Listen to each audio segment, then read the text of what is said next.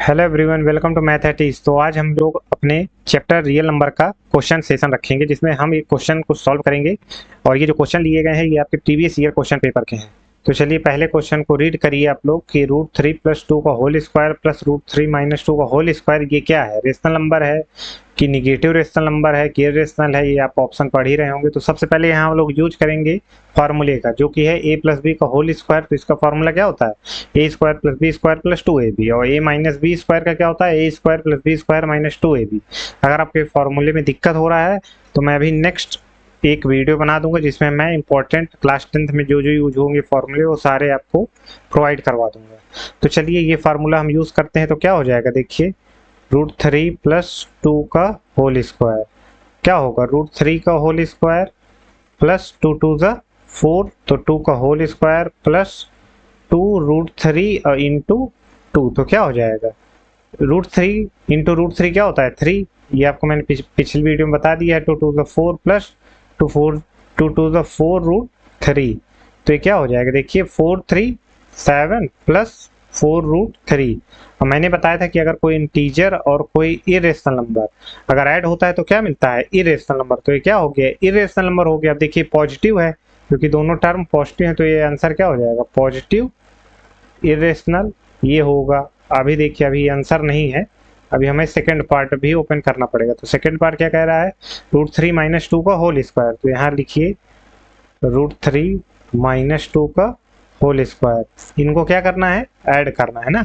तो चलिए इसको करते हैं। तो क्या हो जाएगा? √3 का होल स्क्वायर प्लस 2 का होल स्क्वायर माइनस 2 इंटू 2√3, तो क्या हो जाएगा? देखिए √3 इंटू √3, तो ये 3 हो जाएगा, प्लस 2 2 4 माइनस 4√3। तो आपको यहाँ दिख रहा होगा 7 माइनस 4√3। तो आपको यहाँ नोटिस करना पड़ेगा कि √3 की वैल्यू क्या होती है? 1 पॉइंट समथिंग होती है, 1.73। और 1.73 का जब इंटू करेंगे 4 में तो 4 समथिंग आएगा। तो जब 7 में -4 करेंगे तो बड़ा क्या हो गया? 4। तो बड़ा क्या हो गया? 7। तो 7 क्या है? पॉजिटिव। तो यहाँ जो भी आएगा वो क्या होगा? पॉजिटिव। क्या आएगा? इरेशनल नंबर, क्योंकि ये ऑपरेशन है कि अगर कोई रेशनल प्लस या माइनस होगा किसी इरेशनल से तो क्या आएगा? Irrational number. इरेशनल नंबर हुआ। अब देखिए, अब इनको ऐड करिए। देखिए ये भी पॉजिटिव है, ये भी पॉजिटिव है, तो आंसर क्या आएगा? टोटल आंसर आएगा पॉजिटिव ही। तो पॉजिटिव इरेशनल नंबर आपका क्या हो जाएगा? Answer.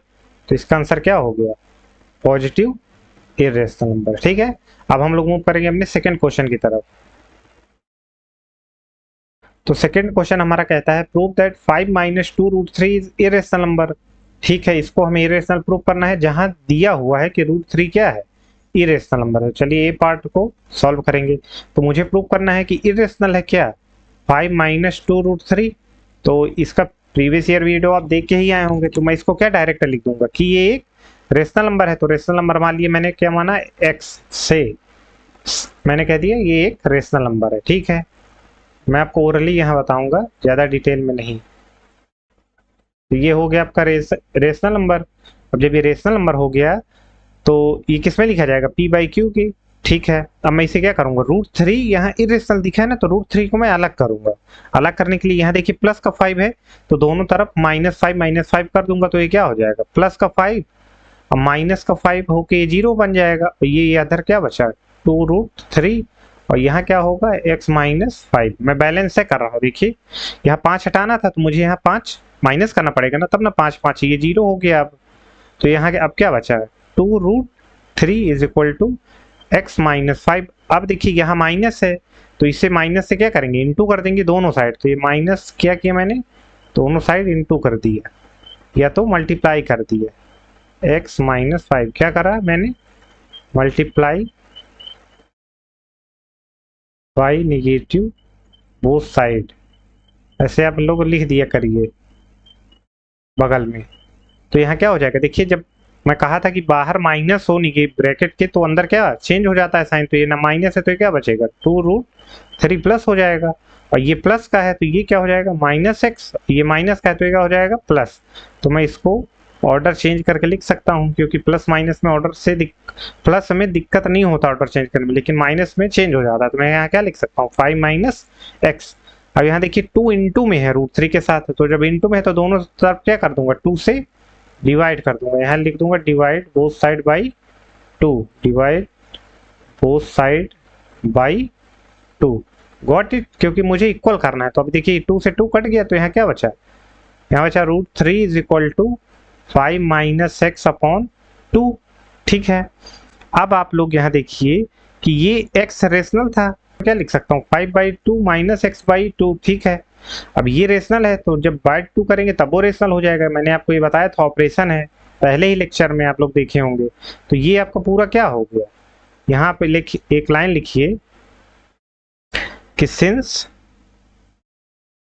x is rational number so 5 minus x by 2 is also a rational number. और कह रहा है कि जो रेशनल नंबर है किसके बराबर, √3 से, देयरफॉर क्या हो जाएगा, √3 is rational number which is contradiction. आप लोग सब लिखिए ना वहां ऊपर, which is a contradiction.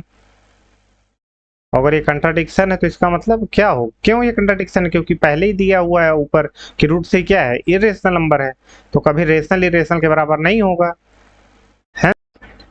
Hence 5 minus 2√3 is irrational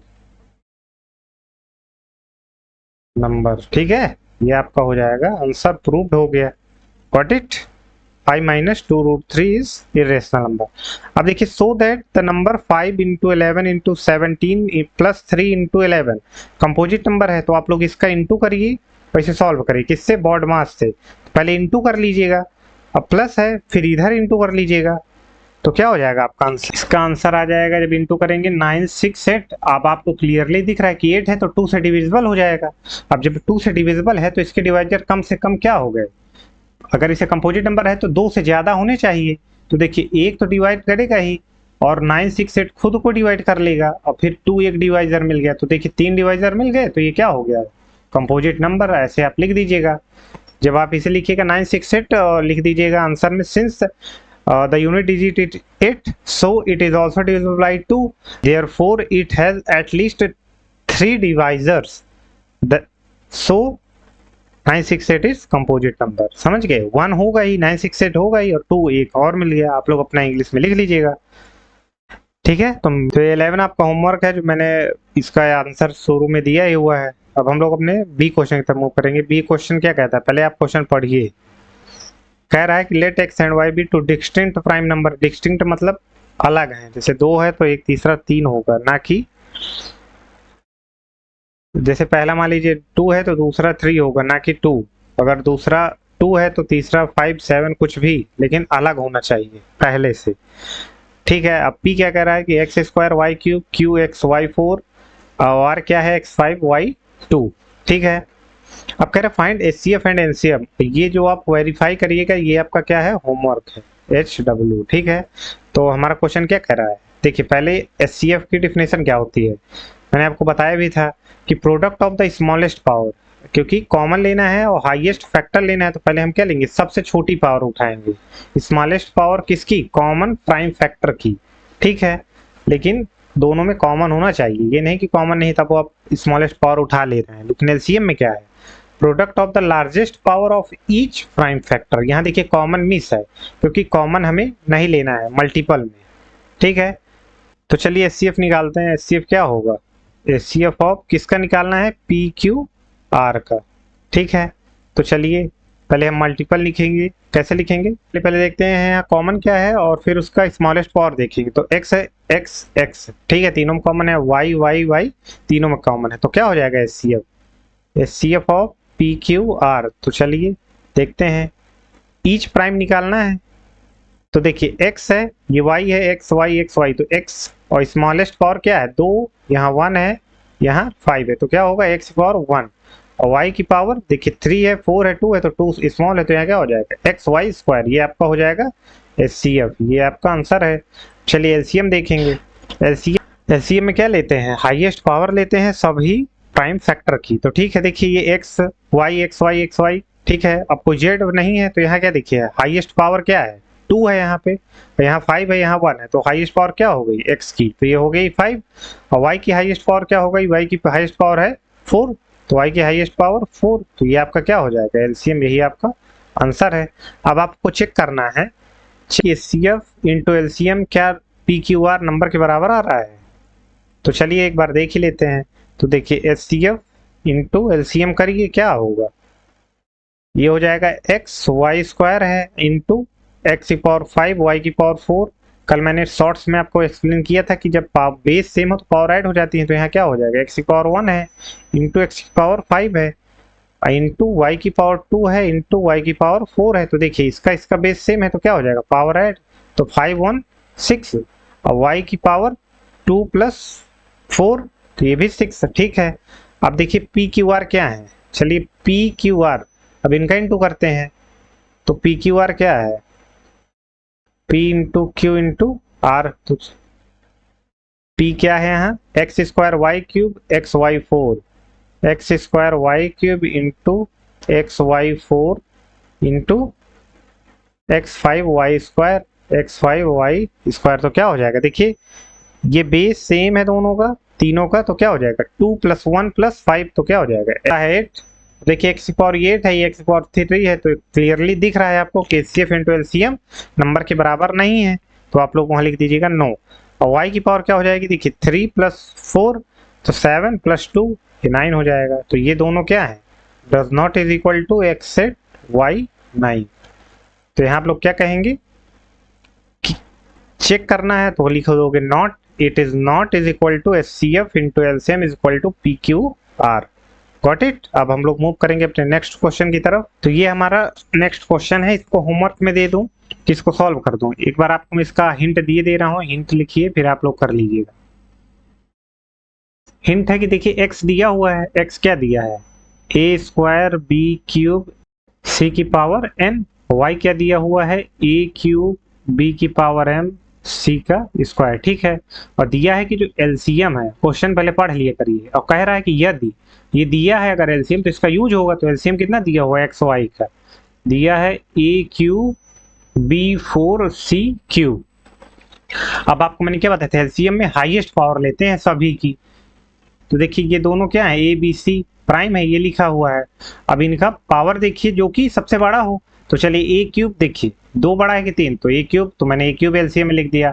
अब देखिए B³ BM तो बड़ा क्या होगा 3 होगा या तो M होगा, लेकिन M नहीं पता, लेकिन यहाँ B4 दिया हुआ है, तो आप क्लियरली समझ में आ गया कि जो बड़ी पावर है वही लेते हैं एलसीएम में ईच प्राइम डिवाइजर की। तो B की पावर क्या होगी 4, अगर यहाँ है एलसीएम में तो इसका मतलब M की वैल्यू क्या होगी, यहाँ M की वैल्यू होगी आपकी 4, और C की पावर हाईएस्ट लेंगे तो देखिए 2 होगा, अगर N 1 होगा तो इसको रिमूव कर देंगे 2 होगा तो 2, तो लेकिन यहाँ C की पावर क्या दी हुई है 3, और यहाँ ये छोटा है तो इसका मतलब ये 3 ही होगा, तो यहाँ इनके बराबर क्या हो गई 3।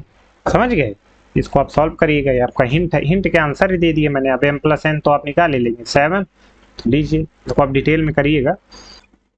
ये आपका होमवर्क है, होमवर्क 2, एक ऊपर होमवर्क था एक ये होमवर्क है, वो होमवर्क क्या है उसको तो मैंने एक्सप्लेन कर दिया है, लेकिन ये आपका क्या है आप लोग वीडियो पिछला वीडियो देखिएगा जहाँ मैंने दिखाया है कि √3 √2 इज एन इरेशनल नंबर, वहाँ ये थ्योरम है ये, और थ्योरम क्या कहती है ये आप लोग पिछले वीडियो में जाके देखिएगा, और इसका आंसर हमें कमेंट करिएगा।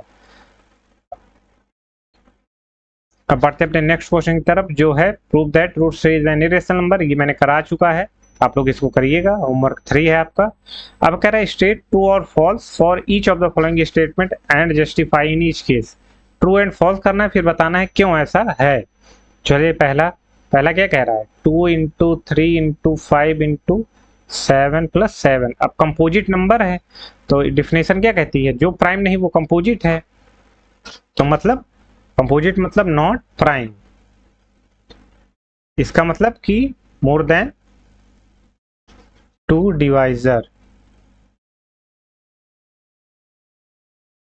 To divisor a factor, complete divisor होना चाहिए। लेकिन देखिए क्या होगा, 2 इंटू 3 6 इंटू 5 इंटू 7 प्लस 7, तो इसको सॉल्व करिए क्या होगा, 6 इंटू 5 30 इंटू 7 प्लस 7।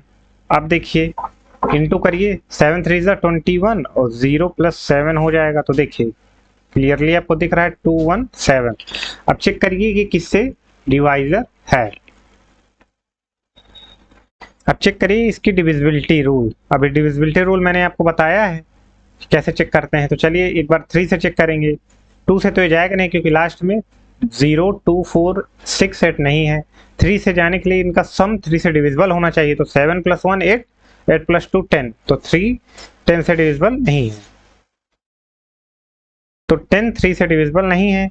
अब हम लोग क्या देखेंगे, 5 से, 5 के लिए 0 और 5 होना चाहिए जो कि यूनिट डिजिट में नहीं है।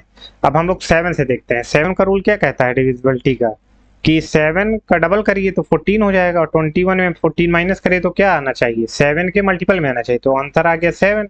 अभी 7 1 7 होता है तो मल्टीपल में आ गया, तो इसका मतलब 7 से डिविजिबल है। अब हमारे पास कितने डिवाइजर मिल गए, देखिए 1 और 7 और 217, कोई नंबर है वो 1 और खुद से तो कटेगा ही, और एक हमें मिल गया, और तो इसका मतलब ये क्या है, कंपोजिट नंबर है, hence it is composite number. ठीक है। अब सेकंड भी आप ऐसे करिएगा, ये आपका क्या है, होमवर्क है, होमवर्क है। ठीक है। अब हम लोग मूव करेंगे अपने नेक्स्ट क्वेश्चन की तरफ। ये थोड़ा इंपॉर्टेंट क्वेश्चन है, इसको आप लोग समझ लीजिए, कभी कभी ऐसे क्वेश्चन आ जाते हैं। ये है इंपॉर्टेंट क्वेश्चन। क्या कह रहा है कि which of the following can not be the unit digit of 8 की पावर n, मतलब 8 10 का जब हम लोग करेंगे आगे बढ़ते जाएंगे, जैसे n की वैल्यू 1 है, n की वैल्यू 2 है, n की वैल्यू 3 है, क्योंकि नेचुरल नंबर है ना n, तो 1 से शुरू होगा, क्योंकि जीरो से तो शुरू होगा नहीं। तो हम क्या लिखेंगे, मान लीजिए पहले ले लीजिए n की पावर 1, तो क्या हो जाएगा 8 की पावर 1 बराबर 8। देखिए यूनिट डिजिट क्या हो गया, 8 हो गया। ठीक है। दूसरा क्या कह रहा है, n की पावर 2 ले लीजिए, और 8 की पावर 2 क्या होगा, 8 इंटू 8 तो हो जाएगा 64, तो यूनिट डिजिट क्या है 4। तो देखिए 4 तो होगा नहीं, यहाँ पूछा है कैन नॉट, मतलब हो नहीं सकता।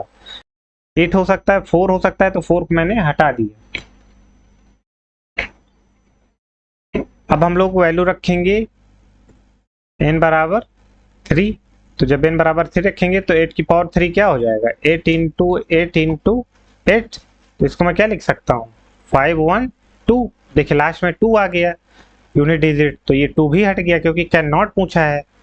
अब हम लोग n की वैल्यू कितने रखेंगे, 4, तो 8 की पावर 4 कितना हो जाएगा, 8 इंटू 8 इंटू 8 इंटू 8 हो जाएगा 4096। यूनिट डिजिट क्या हो गया 6। तो देखिए क्या क्या यूनिट डिजिट हो सकता है, 8 हो सकता है, 4 हो सकता है, 2 हो सकता है, 6 हो सकता है। तो देखिए 6 भी हट गया, तो बचा क्या, 0, इसका मतलब 0 नहीं होगा, यही आपका हो जाएगा आंसर। ऐसे ही चेक करेंगे। अब मैं इन की वैल्यू कब तक रखता बढ़ाता जाऊंगा, जब तक मुझे 8 नहीं मिल जाएगा यूनिट डिजिट में, समझ गए। जैसे मैं 4 में n की बराबर 5 लिखूंगा, जब n बराबर 5, तो देखिए 8 की पावर जब 5 करूंगा तो यूनिट डिजिट 8 मिल जाएगा, और फिर यही साइकिल क्या होने लगेगा, रिपीट होने लगेगा। फिर जब n बराबर मैं 6 लिखूंगा, n बराबर 6, तो जब 8 की पावर 6 करूंगा तो देखिए यूनिट डिजिट में क्या आएगा, 4 आएगा, फिर ऐसे 2 आएगा, फिर 6 आएगा, फिर 8 आने लगेगा, ऐसे बढ़ते जाएंगे। आप लोग चेक कर लीजिएगा, चेक कैलकुलेटर से। ठीक है। क्वेश्चन आप समझ आए। क्वेश्चन हमारा क्या कह रहा है कि let P Q and R be 3 distinct prime. Distinct prime मतलब अलग अलग होंगे, कोई सेम नहीं होगा। ठीक है। तो कह रहा है check whether P Q R plus Q is composite number और नॉट। तो चेक करते हैं, पहले करिए चेक। चलिए तो क्या लिखूंगा मैं कि P Q R plus Q. देखिए यहाँ क्यू क्यू कॉमन दिख रहा है, तो क्यू कॉमन ले लीजिए, तो क्या बचेगा यहाँ पी आर प्लस 1। ठीक है।